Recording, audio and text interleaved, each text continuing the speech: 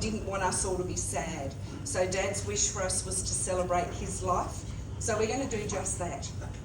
So Dad was the eldest son of Lillian and Jack Pincini, born on the 10th of October 1940, and then closely followed by Gary, then Sandra.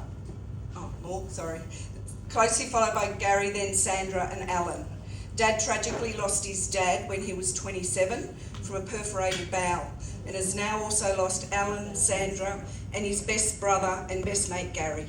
It's not normally how it goes, that the eldest sibling lives the longest. Dad and Gary were the closest brothers could ever be, and were best mates throughout their whole life. Dad was shattered when Uncle Gary passed away in June last year. Growing up, Dad was slightly mischievous. One story is Dad and his brother Gary, when they were kids, took the billy cart to beside a house, left the billy cart in the concrete culvert, jumped the fence and helped themselves to the fresh vegetables in the garden. Filled up a box and were about to jump the fence when they heard a booming voice from the house veranda. It was the local police sergeant's house. And the police sergeant had seen them. He knew Dad and Gary by name too. Needless to say, Dad and Gary left the veggies where they were, in the box, and jumped the fence, grabbed their billy cart and raced home. The police officer didn't let Dad's mum and Dad know about this, but every time Dad saw Sergeant, he always said, "Hello, Sergeant," and the Sergeant would say, "Hello, Ian, hello, Gary," back. Needless to say, they had the wrong house to get the veggies from, and the police officer never mentioned anything to Dad's mum and Dad, which he was grateful for. Dad used to borrow the bread rolls off the horse-drawn cart when it finished the run at the end of Balaclava Road. Dad, also with Gary, used to pinch baby possums. They got 5 shillings each from the greyhound trainers. The mother possums would attack them, which I think they deserved. They also used to catch rabbits and get money from them, and used to sell octopus tentacles to fishermen at Hawkesbury. As Dad and Gary got older, they used to share a car. Dad would tell his girlfriend at the time that Gary had the car, so he couldn't go out. Gary would tell the same story to his girlfriend at the time, and the boys would go out on the town together. And I'm sure mischief found them too.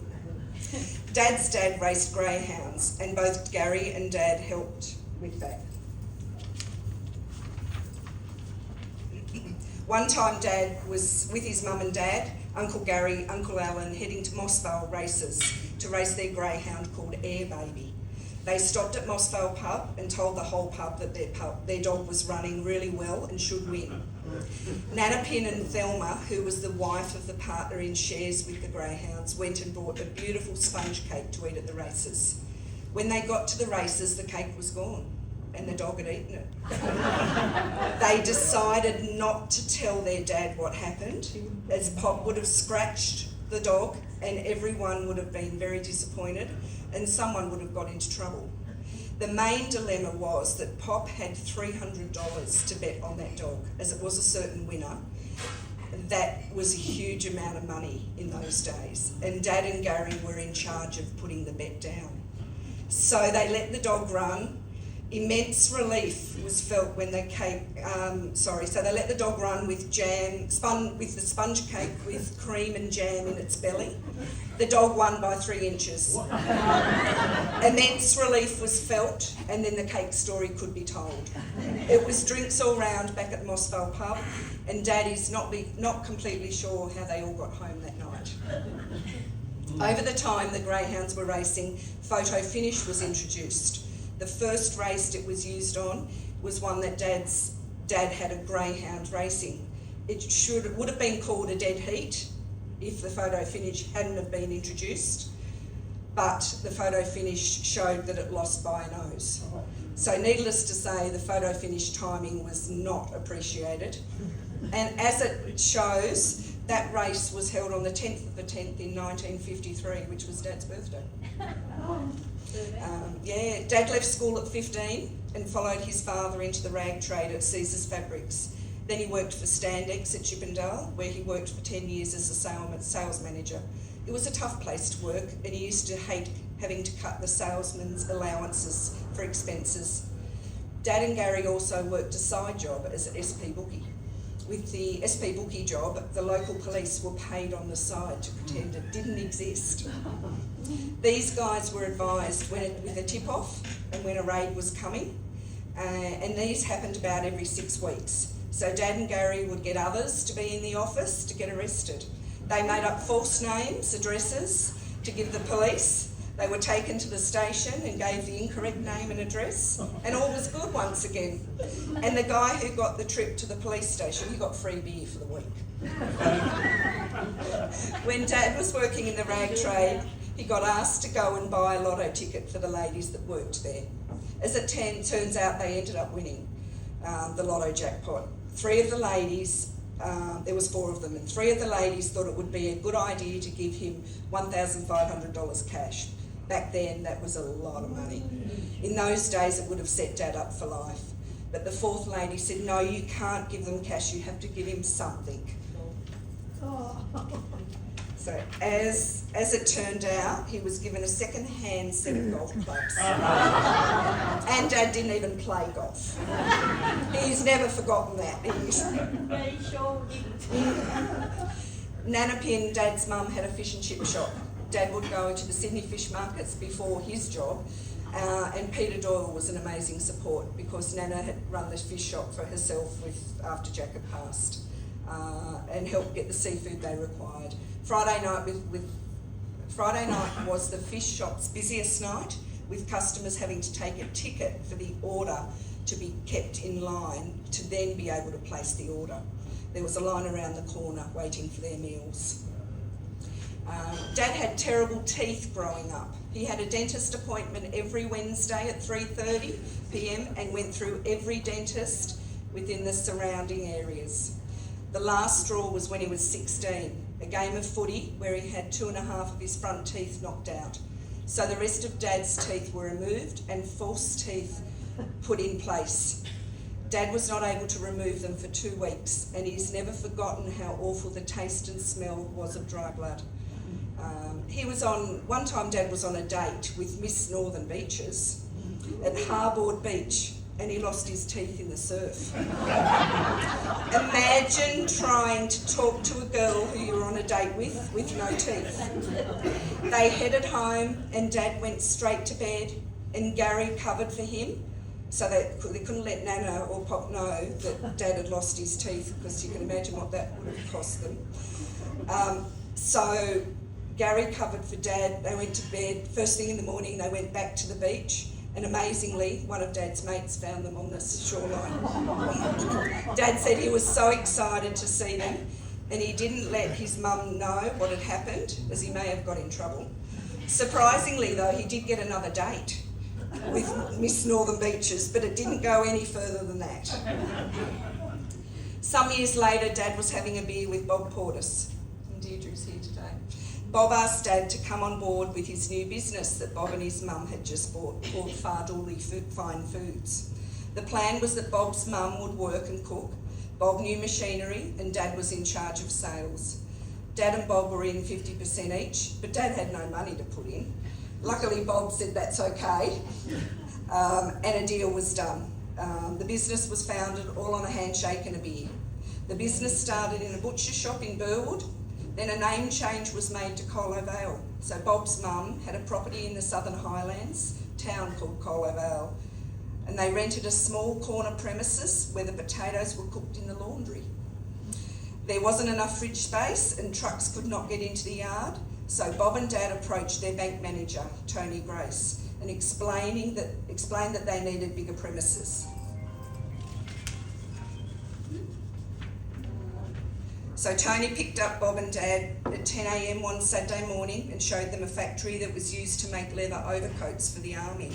They bought the factory and finance was arranged. The main customers were delicatessens. Igloo Deli, which had 24 shops in Sydney and was their biggest customer with a range of 15 to 20 salads. Then Dad and Bob sold off the fruit salad side of the business. One story Dad told me, Qantas placed an order for shredded red cabbage. And Dad, being Dad, said, no problem, we'll get it sorted for you, and happy to do business. Qantas were very quick to put down a deposit, unbeknown to Dad, when he got to the markets, red cabbage was out of season. No one had it. Dad, being Dad, did his wheeling and dealing, and when he was just about to leave, one of the old Italian guys ran over to Dad saying, "I believe you wanted some red cabbage." As it turns out, there was one box in the whole of Sydney markets, and Dad got it. I'm sure only God knows what he paid for that one box of red cabbage out of season. They bought the mayonnaise making machine as they were buying a drum of mayonnaise for $32 and could make it themselves for $11 a drum. Dad thought Bob was crazy, he told me that, but went with it, and it was a very profitable decision. Then they brought a machine from Germany to slice onions. It cost $1 a kilo to buy peeled onions, and you could sell them sliced for $3 a kilo, another worthwhile investment. And Colo Vale salads lasted 30 odd years. Dad's work days started at 3:45 in the morning, and quite a few of us here worked many school holidays and Christmas breaks. Christmas Eve was insane. Rochelle's here. With only pick-up of orders. You couldn't order on the day, substituting different salads just so we could get on to the next customer. And John and Violet, both your kids had the joy of joining Colo Vale. Yes, Robert, yeah, absolutely. Dad knew Cole wasn't a fan of cucumbers, so Dad would give to Cole just one box, Cole, for the Mediterranean salad. Cole always obliged. And then a shopping trolley of boxes of cucumbers was given. "Oh, these are for the next orders," he would say. Meanwhile, Cole might have been gagging as he was going along the way, and when the trolley was nearly empty, Dad would bring another one. So Cole and I suggested cheekily that Dad's favourite herb was not coriander, he hated it, and that maybe when Dad was passing we could have given him some coriander to take with him. I'm sure he would have loved that, yes. We were walking through a fruit and veg shop when Dad was up with us on the Gold Coast, and Cole said cheekily to Dad, "Try this, Pip." So Dad put some coriander in his mouth. Well, he spat it out instantly. And he always said he lost his taste with COVID, but he never lost his taste for coriander. Dad loved fishing and time on the boat with John and Violet. He belonged to Reesby Fishing Club and enjoyed the weekends away. Dad went with John Wilco to Gove, with Uncle Gary to New Zealand and North Queensland. On a Reesby fishing trip to Woolwooga, Cole went along. Dad said to Cole on the way up, jokingly, "All you're going to catch is a Sergeant Baker." And to all those people who are not fishermen, like me, it's probably the worst type of fish to catch, as there's so many bones and you really can't eat it. Sure enough, the first fish Cole caught was the Sergeant Baker, and that was the last fish he caught all weekend. It was probably the best tip he could have given anyone. Dad caught jewfish, he caught a 20-kilo jewfish, giant trevally snapper, blue-eyed cod, Spanish mackerel, cobia, leather jackets, and we even caught prawns when staying in Tawoon Bay with the Wilcos. And Dad also loved rock fishing off Curl too.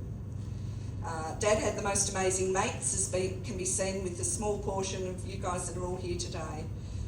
Gary, his brother, Donnie, who has been the most amazing mate to Dad over so many years and visited Dad every day for the last 7 weeks of his life. Thank you, Donnie. Dad called him the paper boy in the end. And I loved hearing all their stories and mischief that they got up to. Dad's favourite team was the Balmain Tigers from a child right to the end. He watched every game, and Colo Vale even sponsored for a few years and even had their own box. So Dad's parting thoughts were Tigers will win in 2027. Maybe he's thinking, I've gone to heaven, I'll get in good with God to see if he can get it across the line. Me personally, I think that's what will take for them to win. Another story has Dad and Donnie driving home.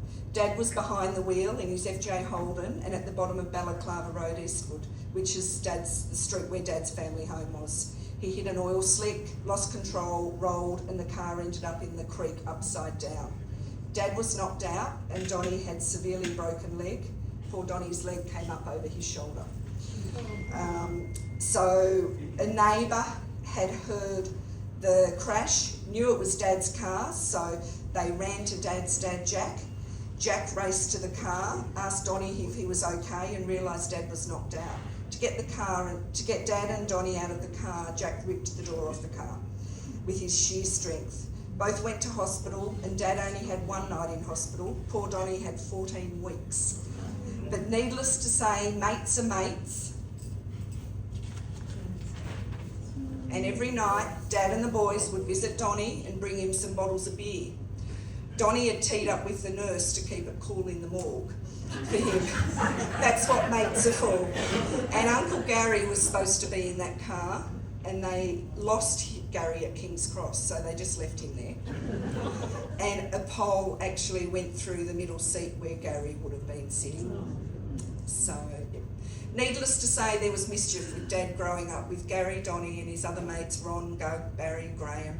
Alcohol was quite possibly involved, and they were the best dressed guys in town with their contacts with the rag trade for fabric, possibly illegally obtained, and seamstresses to make the suits. They used to pinch the fabric, all the top stuff. They knew how much they needed to make the suit, get the seamstress to make them, and they all thought they looked dapper.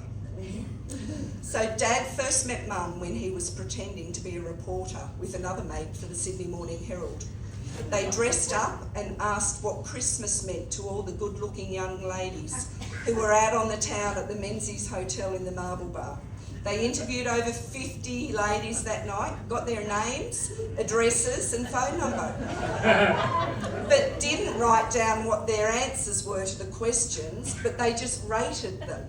At the end of the night, there was a young lady there that had a 9 out of 10. So Dad figured that was worth a phone call follow-up. And that was Mum. And they went on their first date. Dad was always running late to pick up Mum for dates. He was a pretty smooth talker and would always say hello to Grandma, Bernice, and Grandpa, Clyde, and then get to Mum as a parting gift. And as a parting gift to Uncle Greg, who was Mum's younger brother, Dad would suggest that the lawns needed mowing or the hedges trimming. Oh, Bernie, your car needs a wash. Why don't you get Greg to do that? Uncle Greg, I don't know how you put up with Dad. You had to. I had no choice. Trouble. Mum and Dad married and built their house in French's Forest. Lots of steps, a very steep driveway, and a home with lots of memories. Mum and Dad had trouble falling pregnant. There was a new fertility treatment that came out, but couldn't be used if there was twins, triplets or quads in either side of the family. There was all of that on Mum's side. But Mum and Dad decided just not to say anything. As luck would have it, Dean was born a tiny 1 pound 4 pounds and spent the first few months of his life in hospital in NICU. Mum and Dad were told if Dean was a girl, he would have had a better chance of survival. Girls are stronger than boys. Dad then told the obstetrician that he would like another baby, which the doctor laughed at. Then he realised that Dad was serious. So his advice was to try now, which they did, and I came along. I was born a few weeks early as Mum's placenta stopped feeding, and I figured I may as well begin life early at 4 pounds. Dean and I were only 10 months apart.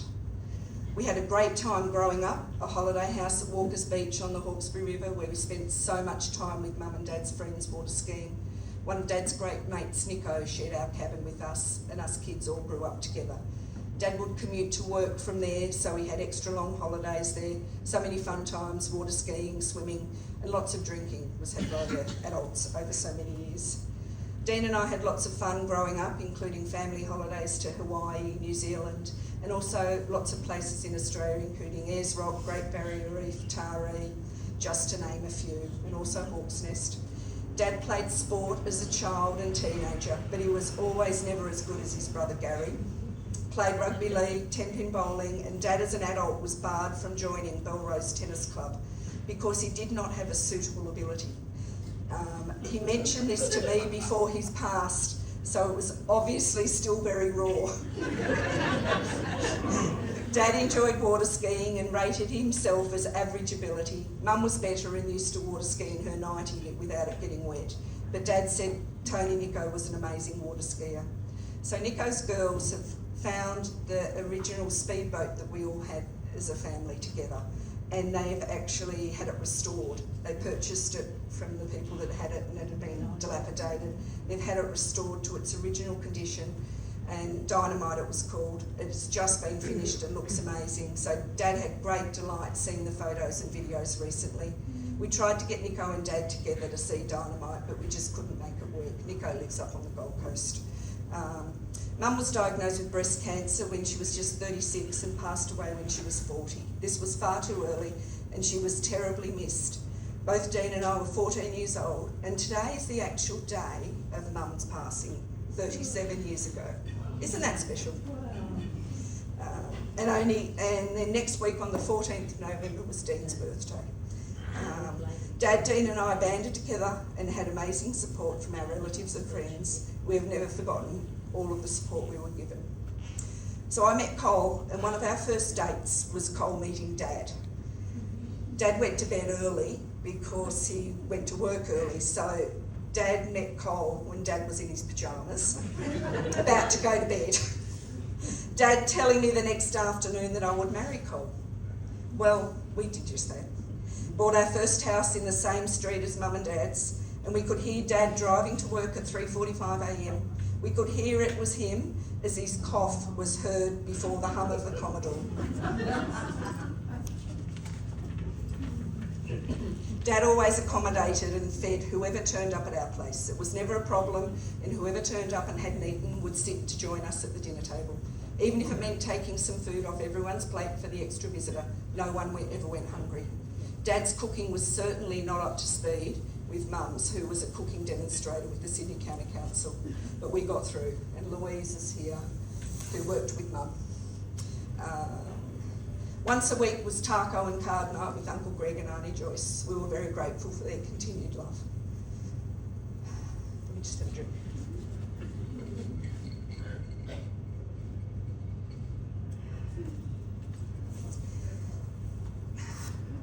Rochelle, come and do this paragraph for me.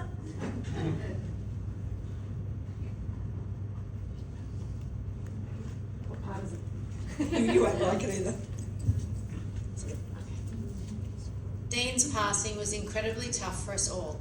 God, I can't even get through it. And I believe Dad never got over this. Dean passed in the snow in the backcountry of Thredbo, with a record amount of snow falling when he was in a snow cave, camping with his mates, Scott, Paul and Tim. It took 100 days to find their bodies when the snow melts.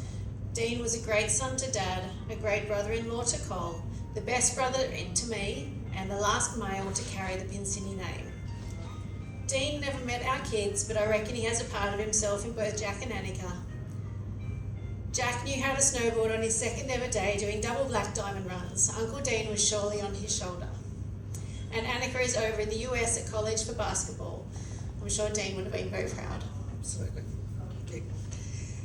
Coles and my family became one, and both Dad and Bill, Cole's dad, even wore matching ties and boxer shorts on our wedding day. I haven't seen any other two families combine any better, and we shared many Christmases and special occasions together. We fell pregnant with Jack, and he was a huge baby, 10 pound 9, which wasn't fair considering I was only 4 pound and Cole was 7 pound 6. 4 years later, Annika was born, and Dad loved his grandkids. Dad got the name Popeye, as both Bill, Cole's dad, and Dad both wanted to be Pop. So Bill was Pop B, and Dad was Pop I for Papa Ian. And then it just rolled from Popeye to Popeye. And that's what he was known as to so many of our family and friends. He thought the name was pretty cool too. Dad would come for the holidays up to Taree, where we brought up our kids, spending a few weeks with us at a time. He loved spoiling the kids, walking them to the bus stop, and even joining Jack on the PlayStation with horse racing games. I think this might be where Jack started his like for racing, and Jack would ring Popeye for his racing tips right up until just before he passed. Dad would catch Jack's golf ball that he hit when Jack was 2 years old, and Dad was so excited that Jack is now back playing golf. Dad came with us on many of our basketball weekends and weeks away to watch both Jack and Annika play around Australia, including Tamworth, Armidale and even Broken Hill. And poor Sheena even ventured in the camper van all the way to Darwin to watch Annika play. Annika's now in Iowa in the USA on full college scholarship for basketball after having played in Papua New Guinea and China for New Zealand over the last few years. Dad loved talking to Annika and hearing how she's going in Australia.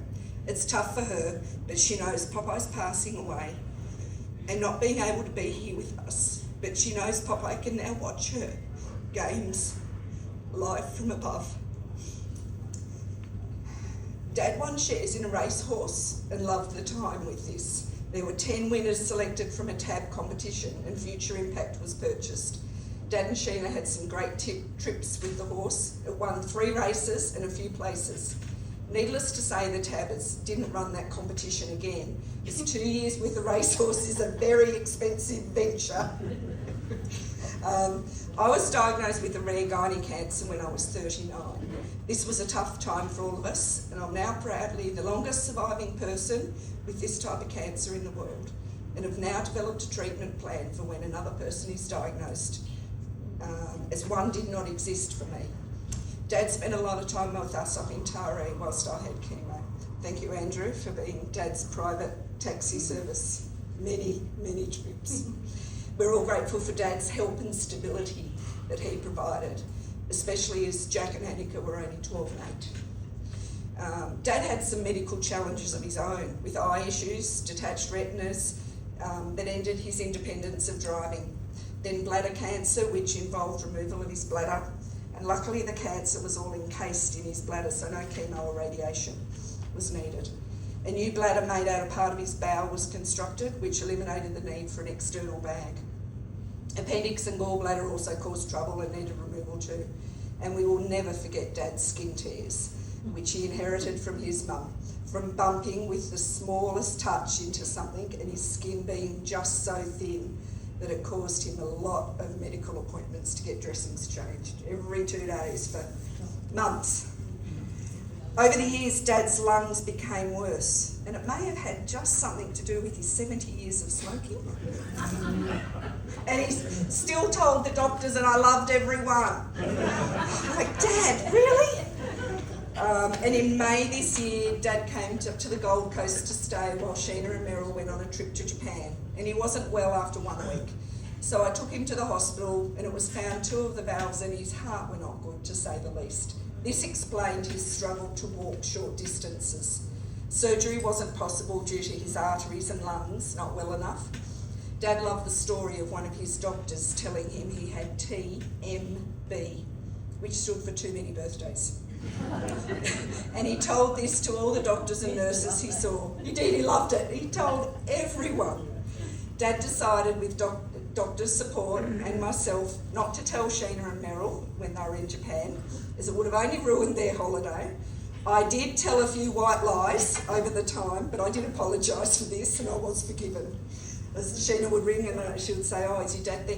Oh, he's just having a shower at the moment. Or, and Dad, Sheena's ringing, you've got to pretend we're not at the hospital. So I had to charm him up to say, we're not at hospital, Dad, remember, we're not here. Oh, good. Yeah. Dad then ruptured his spleen from coughing, which ended up with his last hospital admission. 5 bags of blood and surgery patched him up, and then Dad's palliative care journey began. Uncle Greg, you've been the most amazing brother-in-law to Dad, and Dad thought the world of you. Donnie, you're the best mate Dad could ever wish for in your 73 years of friendship. How amazing is that? And he was so grateful for your daily visits and love. Auntie Lynn and Rochelle, you both were so special to Dad, and he'll be giving Uncle Gary all your love you sent with him. And Meryl and Sheena, we all had lots and lots of hours at the hospital, and Brian and Tyra and Kale. Dad was always eager to please. He hated conflict and was never a selfish person. When asked how he was, he always said good, even when he wasn't. Well, the last 6 weeks of his life, we said, Dad, you're allowed to tell the truth. And we would say, he would walk in, the doctor say, how are you? And he'd say, good. And we'd say, Dad, why are you in hospital then? You can get to go home. Oh, So he finally worked out, and his favourite reply to how you were feeling, Dad, was up the shit. So I think that summed it pretty well. There would always be a cheer and laughter, and we're like, yay, you can finally, yes, you up the shit, yes. The doctor had been to see Dad, had walked out, and Sheena walked in, and Sheena said to Dad, how are you? And Dad said, up the shit. And the doctor came back, she says, you just told me you said you were good. And we said, yes, he has trouble with being honest. So, yeah, so that's where it all started. So it was funny, yeah. So, yeah, up the shit was his favourite thing. Dad celebrated his 85th birthday with Freddo Frog ice cream cake, and we counted how many Freddo Frog heads everyone got. Dad got the most, he got 6. Annika had previously got 11 in a slice, but we decided her slice might have been quite large. And he had half a BB. He came into this world kicking and streaming, and left this world quite content with the footprint he left, and left surrounded by all his loving family and friends. Dad, you left us with great memories and stories to tell for generations to come. You have 2 grandchildren here to keep the Pinsini bloodline moving forward, hopefully without so much mischievousness. All of you are here to celebrate. All of you here are special to Dad. Thank you for coming to help us celebrate Dad's life. There are people that wanted to be here too but couldn't make it. We give our love and thanks to.